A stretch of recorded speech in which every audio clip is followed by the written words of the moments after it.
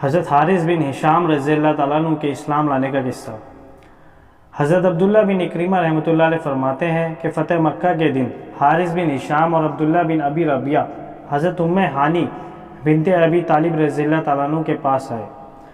ان دونوں نے ان سے پناہ مانگی، یوں کہا ہم تمہاری پناہ میں آنا چاہتے ہیں۔ حضرت ہانی نے ان دونوں کو پناہ دے دی۔ پھر حضرت علی بن ابی طالب رضی اللہ تعالیٰ عنہ وہاں آئے۔ ان کی نظر ان دونوں پہ پڑی، وہ اپنی تلوار نکال کر ان پر حملہ کرنے کے لیے جھپٹ پڑے، تو حضرت ہانی ان دونوں کو بچانے کے لیے حضرت علی رضی اللہ تعالیٰ عنہ سے لپٹ گئیں اور کہنے لگیں تمام لوگوں میں سے تم ہی میرے ساتھ ایسا کرنے لگے ہو، اگر تمہیں مارنا ہی ہے تو پہلے مجھے مارو۔ حضرت علی رضی اللہ تعالیٰ عنہ رک گئے اور ان کو یہ کہہ کر چلے گئے کہ تم مشرکوں کو پناہ دیتی ہو۔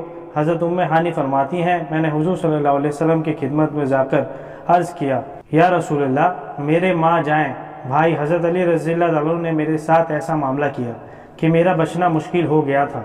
میں نے اپنے 2 مشرکی دیوروں کو پناہ دے دی تھی، وہ تو قتل کرنے کے لیے ان پر جھپٹ پڑے۔ حضور صلی اللہ علیہ وسلم نے فرمایا انہیں ایسا نہیں کرنا چاہیے تھا، جس کو تم نے پناہ دی ہے اسے ہم نے بھی پناہ دے دی، جسے تم نے امن دیا اسے ہم نے بھی امن دے دیا۔ حضرت ہانی نے واپس آ کر ان دونوں کو ساری بات بتائی، وہ دونوں اپنے گھروں کو چلے گئے۔ لوگوں نے آ کر حضور صلی اللہ علیہ وسلم سے کہا حارث بن ہشام اور عبداللہ بن ابی ربیعہ جو زعفران والی چادریں پہنے ہوئے اپنے مجلس میں اطمینان سے بیٹھے ہوئے ہیں۔ حضور صلی اللہ علیہ وسلم نے فرمایا اب تم لوگ ان کا کچھ نہیں کر سکتے ہو کیونکہ ہم ان کو امن دے چکے ہیں۔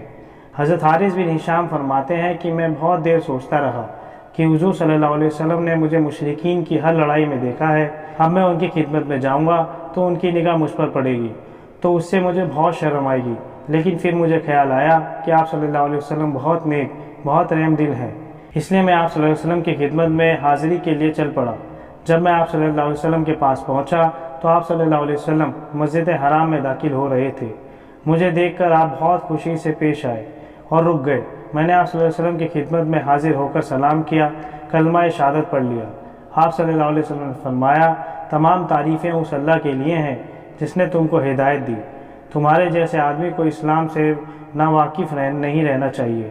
حضرت حارث نے کہا میں بھی یہی سمجھتا ہوں کہ اسلام جیسے دین سے ناواقف نہیں رہنا چاہیے۔